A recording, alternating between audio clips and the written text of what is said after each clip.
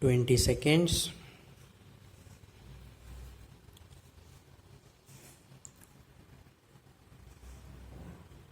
Be ready. 10 seconds.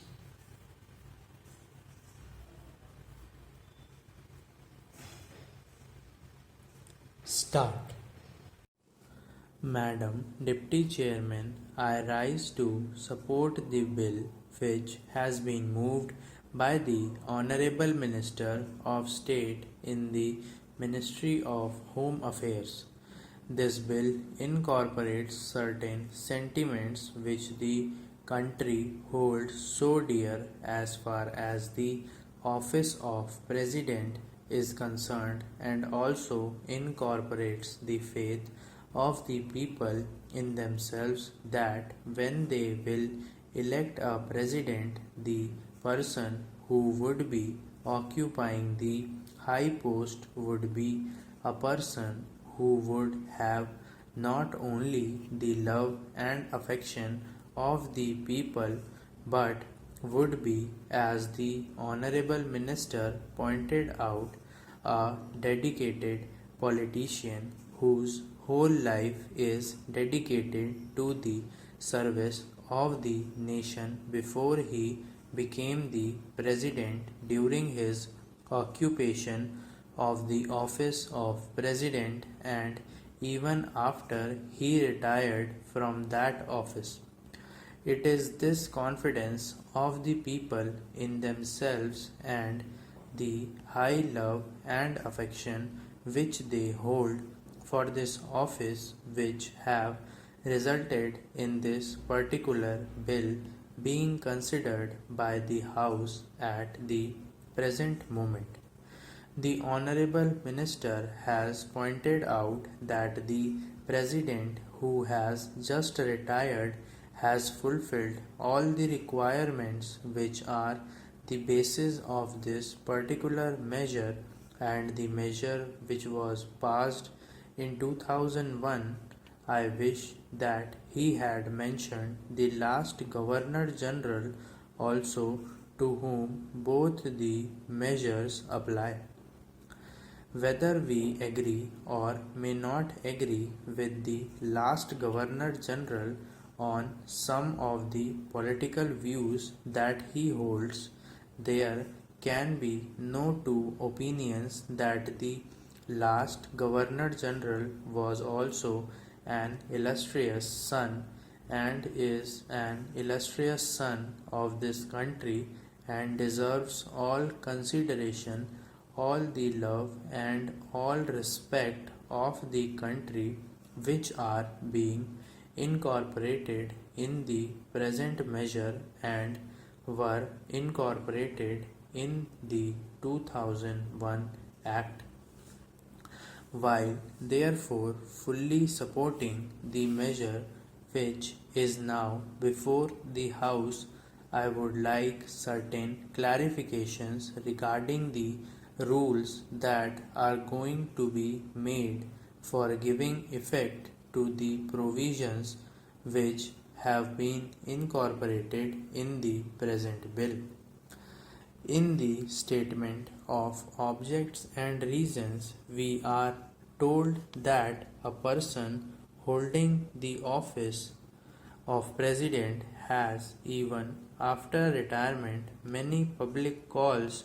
on him, and it is therefore considered desirable to provide him with secretarial staff. It is further stated that the bill provides for a staff which may be engaged for the president. Staff might be appointed for him, and office space might be provided for him. It is because of this that certain misgivings have arisen in the minds of some of the members, and they want it to be made perfectly clear that the staff will be appointed not only for the ex-president but will be appointed by the ex-president, and it will be his wishes and his desires that will be taken into account when a particular person is being appointed. Also, regarding the office which is engaged for him, his wishes should be taken into account so that he knows what would be a convenient place for him and he may try to get that place. Another reason for insisting on what I consider to be an important detail is that if the government appoints the staff for the ex president, then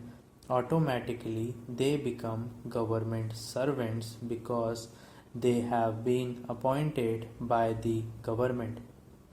It may be that in the rules a clarification might be attempted whereby they may be exempted from some of the service conduct rules which are applicable to normal government servants.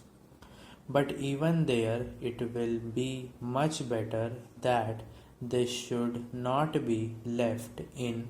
any doubt and that these persons that are appointed to assist the ex-president in his secretarial task are appointed by the ex-president himself.